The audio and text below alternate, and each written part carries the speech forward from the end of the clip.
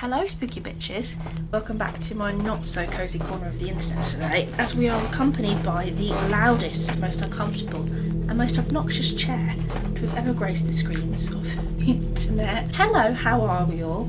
Long time no see. I do recall with the haunting words I said when I last posted a video 6 months ago on this channel. I'm very sorry. I do not post on this channel as much as I would like to.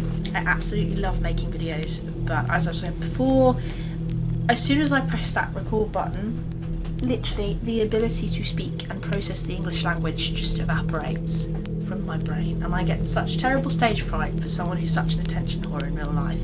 But anyway, nevertheless, today I felt summoned to talk about some of the movies that I watched in 2025 or were from 2025 that I've watched this year, and of course some new releases from this year. I felt compelled to talk about them.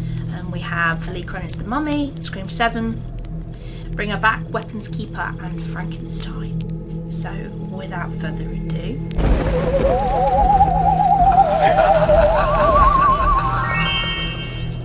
Lee Cronin's The Mummy I saw last week in theatres. Fresh off of his Evil Dead Rise masterpiece. I love that movie. I think it's fantastic. It's a great take on an Evil Dead franchise film. We are given an Evil Dead 2 remake disguised as a Universal horror rehash. There was nothing mummy about this Mummy movie. It was literally Evil Dead. But do you know what? It's fine. His movie is so good that we were all gagging for more, and he gave us more disguised as the Mummy. But it's fine. The picture begins with Charlie Cannon and his family living in the desert. One day his daughter is lured by a mysterious woman who looks like Sandra Bullock and disappears seemingly without a trace.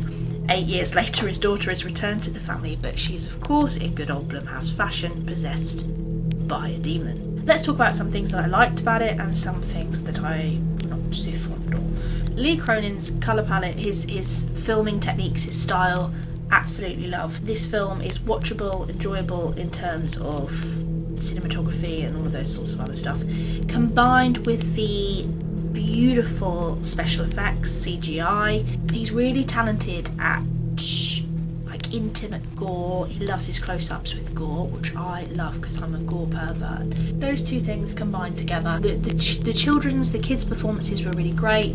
The adults were really boring, which is my fault with this movie. I mean, Sandra Bullock lady, boring. I couldn't tell you the names of any of the characters in this film. The lead, we have the guy from Midsommar, the boyfriend who gets burnt alive in the bear suit.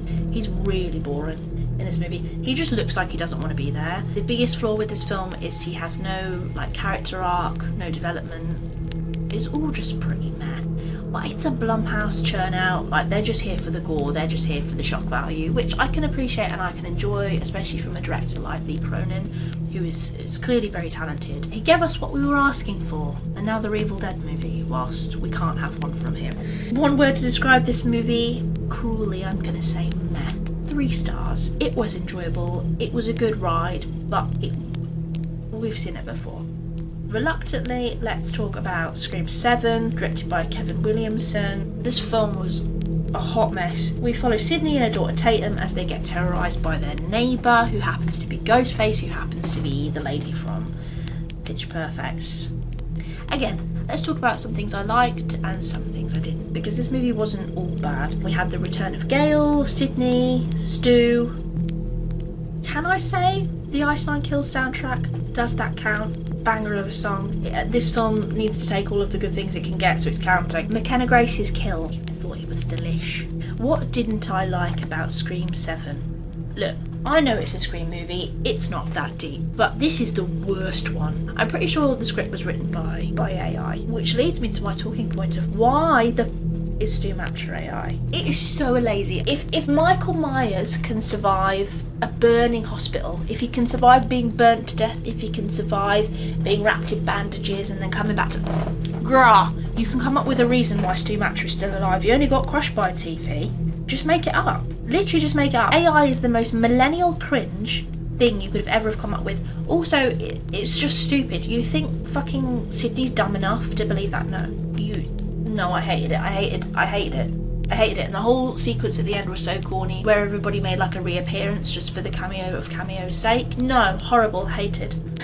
Another pet peeve I have with this movie, love Chad and Mindy, I think they're really cool characters. Why are we not giving any exposition? Why are we treating them like legacy characters, like everybody should already know who they are? Which, I mean, we do, but it was it just felt lazy. It felt like a cop-out, as an excuse to say, here you go, look, here's these two as a distraction. Let's not explain where Sam and Tara have gone to. I thought it was really lazy. I mean, we know the behind-the-scenes drama, you know, having to cast Neve Campbell last minute and changing the story, changing the script, whatever. The film fell on its flat face for it.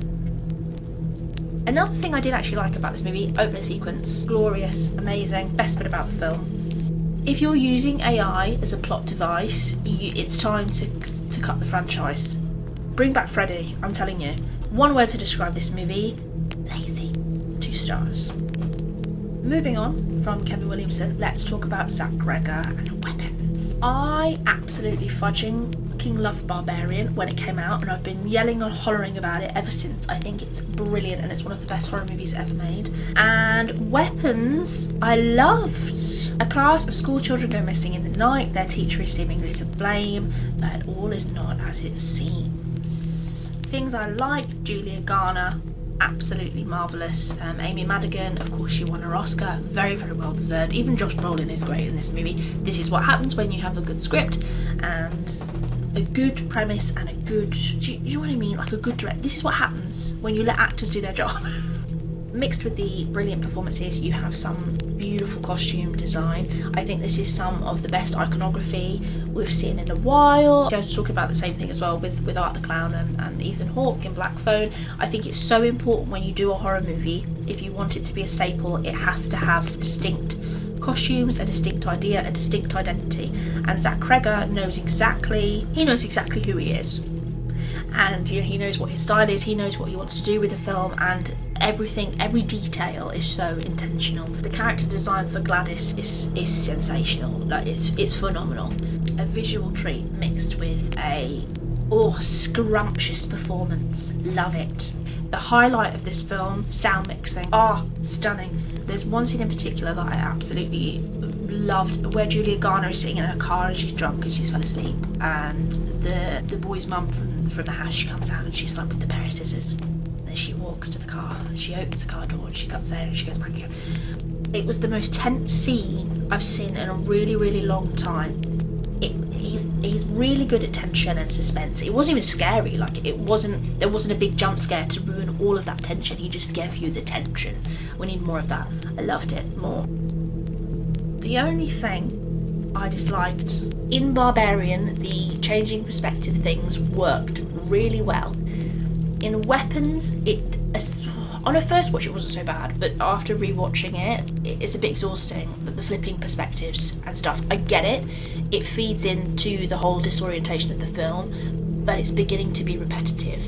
I'm really hoping it's not. I get it's obviously going to be in his future movies, but I really hope he doesn't rely on it for shock value, because I feel like it didn't work as well in Weapons as it did in Barbarian. But it's not necessarily a fault.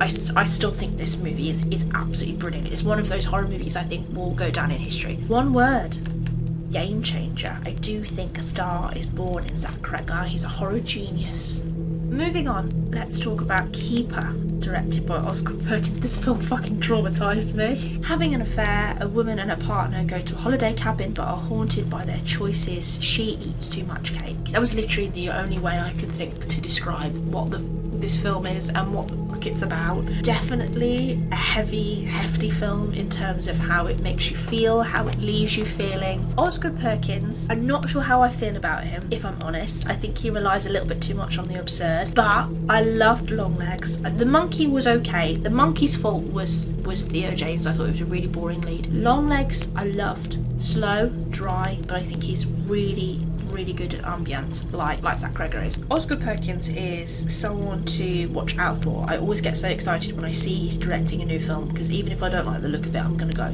because I know I'm gonna be surprised and be shocked, and I want that. I love that. We need more of it. Things I liked about this movie: creative monster design. It fed into the analogy and the ideology of the film. This film is deep. It's about misogyny and how we view like masculinity, femininity throughout time, throughout history. It's very clever. I also think Osgood definitely favours women. He's very good at writing female protagonists. I feel he's very gentle with them. They're very complex. He's a very individual voice and a very important voice, I think, in the horror scene, in the horror genre, and just in Hollywood in general. He's very inventive and very creative. Ido Van Bremen's soundtrack. There's a scene in this movie, I can't even describe it to you. It's that bizarre. There's these monsters, and it looks like sperm, but it's the most uncanny valley thing you have ever seen, and the way it moved and the way that it was like set up, the whole scene leading up, it really creeped me out. I was very weirded out by it. Oscar Perkins is a freaky gal. He's a bit whimsy. Something I disliked about this film, not necessarily reliant on performance, but quite thin characterization, but I feel it was deliberate. Neither of these two are good people. She's having an affair with a married man, and he's the married man having the affair. They are, I believe, vessels for us to put our own experiences onto, henceforth the thin characterization. If I had one word to describe Keeper, it would be weird. I will give it a solid 3 stars. I'm really excited to watch this again. I just feel like I haven't given it enough time yet. I was really weirded out by the ending. I don't think I quite got it. If you've seen it, let me know what you thought of the ending of Keeper, because the cake, I couldn't figure out the cake analogy. Let's move on to Bring Her Back by the Filippo brothers. This one is from 2025. These two directed Talk to Me, which I didn't hate, I didn't like. I can appreciate she's just there. She wasn't my vibe of horror, but it was very well directed. Talk to Me was fine. So I sought out this movie deliberately because I enjoyed Talk to Me, and I thought I'll give it another go. These guys clearly know what they're doing. A brother and sister find themselves living with a troubled stranger. Sally Hawkins is crazy in this movie. Like, I've survived a narcissist. This film was triggering. This had me hollering at my TV, I'm telling you. Things I liked. The Filippo brothers with Talk to Me, their films are proving to have a lot of heart. They are very intentional with their time. We spend ample time with the brother and sister. We also spend time with Sally Hawkins, and we have a backstory for her, and it's not necessarily like she's a good person, but I feel for her character, and I kind of get why she's a psycho bitch. And resonating with a psycho bitch makes her even more terrifying. Oh, and before I move on, I have to mention, like, the table scene. There's a bit where the kid in the film, he bites the table.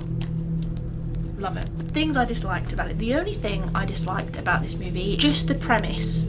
I am not the biggest fan of demonic possession. It was a fresh take on it. I'm just not the biggest fan of these sorts of things. I do feel like we have seen this film before. One word for Bring Her Back: intentional. 3 stars. Lastly, let's talk Guillermo's Frankenstein. If you've watched any of my other videos, you will know that I absolutely love Guillermo del Toro. He's one of my film gods. He can do no wrong in my eyes. It is another take on the classic story of the man-made monster. Del Toro's sheer love for the story is apparent. Let's talk about some things that I like. This version of Frankenstein is full of colour and vivacity. It's got like a really old Hollywood feel to it, and I'm an old Hollywood girly, and so is Guillermo. He loves his old Hollywood horror, and this film is pouring with references and homage. I also am in the minority where I think Oscar Isaac was the perfect casting choice for this film, for Frankenstein. He possesses such a depth. He adds a modern flair to a role that we've seen countless times before, as well as Jacob Elordi, who's a little hunk. He, I think, in real life possesses a fragility. He's got a gentleness about him, which I think Guillermo spotted straight away, and he tries to accentuate it in this film for sure. And I really appreciate the character design done by Mike Hill, who was the prosthetics makeup artist for this film. He's worked with Guillermo before. I really appreciate the direction. It's really refreshing to see a Frankenstein monster that doesn't look like a Herman monster. The dialogue in this film was darling. I wrote it down, and there's a line: he was the breeze, I was the storm cloud. Many people's argument with this film was it was a very hefty, abbreviated version of the Frankenstein story. I love the book. I've read the book and I have to agree. The story that Guillermo chose to tell was perfectly transcribed to his ability with his visual aid, and it added a sense of melancholy and sadness, I think, that isn't really there in many other adaptations. And then you have the beautiful, beautiful, beautiful soundtrack by Alexander Desplat. Such a gentle soundtrack to a gentle movie. Yeah, my only qualm is I would love to have seen more Mia Goth. She was the heart of this film, I think. One word: immersive. 4.5 stars. How could I do this video without giving an honourable mention to Welcome to Derry? I was sat every week for the A Smile is Something Special. I can't wait for season 2, and I'm so sad we have to wait such a long time for it. We're revisiting the town of Derry 27 years before the events of the It movie remake. Very important that, as of course the movie takes place in the 80s and the book takes place in the 50s, so we're following the movie timeline. The best thing about this Welcome to Derry is Andy Muschietti has understood the assignment that, I was 17 when the It chapter 1 came out, and I was on the cusp of still enjoying that childhood story as I could resonate with it. Andy has understood that we have grown up with these characters, and the adult characters in this story are very, very important. Going in, I knew I'd find it, I'd have a hard time resonating with the kids. Andy Muschietti really understood that he had returning viewers who love the story and are familiar with it, as well as the new fans who will resonate with the newer kids.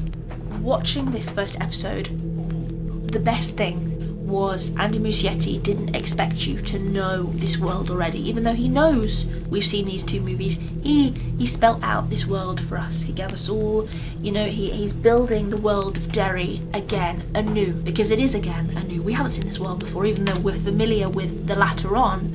I really appreciated that he took the time to flesh out this world and not just give us a bunch of new characters without giving us their setting. It works. If you've never seen the movies, this works as an introduction to the franchise, which I think is really special. And something I have to mention gently is the real life contextualization of the show. It handles it very gently. Real life horror of the racism. Some of the final scenes in the show, I won't spoil it if you haven't seen it, but some of the final scenes in the show are gut wrenching, are heart wrenching. I think that the contextualization of the show is handled very well. It gives it a lot of heart. I love Charlotte. She's my favourite character in the whole show. I love her. As well as Dr. Halloran from The Shining. Wonderful tie-in. Really caught me off guard. I completely forgot he was in the book because it's mentioned so briefly, and obsessed with half-blooded Pennywise. Oh my god, he's so, if you could get any sexier in it.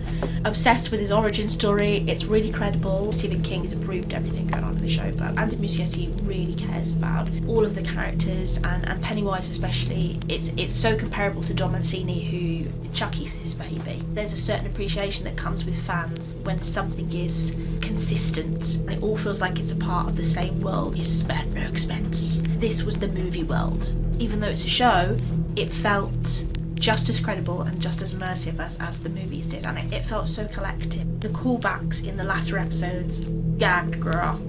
If you haven't seen Welcome to Derry, I suggest you do so, although I will warn you, it will break your heart to 2. Why, thank you for listening to me yap on. That concludes my list. I think I'm going to do a Hollywood history in the next couple of weeks if I decide which film I wish to do a Hollywood history on. But yeah, thank you so much for watching. I'm from Umbridge. Goodness me, I've never said a word so much in my life. I'm from Umbridge. If you understand that reference, I love you and appreciate you very much. See you in the next video.